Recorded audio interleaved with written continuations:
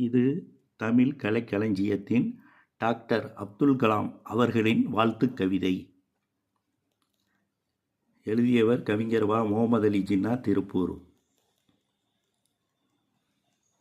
வாசக நண்பர்களே, கவிதைகளை படிச்சுட்டு லைக் பண்ணுங்கள், கமெண்ட் பண்ணுங்கள், ஷேர் பண்ணுங்கள், மறக்காமல் சப்ஸ்கிரைப் பண்ணிடுங்க. இந்தியாவின் பொக்கிஷமே, உமது பிறப்பும் சாதாரண சம்பவம் அல்ல, அது மகா சரித்திரம். ஏவுகணை நாயகனே, எப்போதும் இந்திய வரலாற்றில் மனம் பரப்பிக் கொண்டேதான் இருக்கும் நீ விஞ்ஞானத் துறையில் செதுக்கிய வெற்றியின் கல்வெட்டுகள்.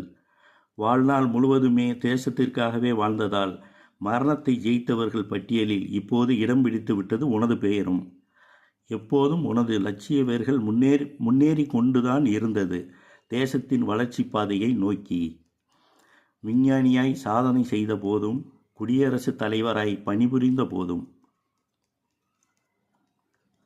தேசப்பற்றை எல்லோரின் மனதிலும் தூவி ஒளியேற்றினாய். வருங்காலத்திலும் நாடு நலம் பெற மாணவர்களுக்கும் வழிகாட்டினாய்.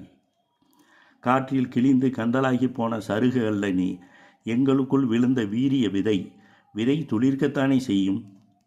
காலம் உன்னை ஒன்றும் வெற்றிடமாக்கிவிடவில்லை, மிகப்பெரிய இடைவெளிகளையும் ஏற்படுத்திவிடவில்லை. நீங்காத நினைவுகளாய், முடமான எண்ணங்களின் ஊன்றுகோலாய், லட்சியத்தின் உயிர்ப்பாய், தேச நலனின் அக்கறை கொண்ட உந்து சக்தியாய் இப்போதும் வாழ்ந்து கொண்டுதான் இருக்கிறாய் எங்கள் இதயத்தில்.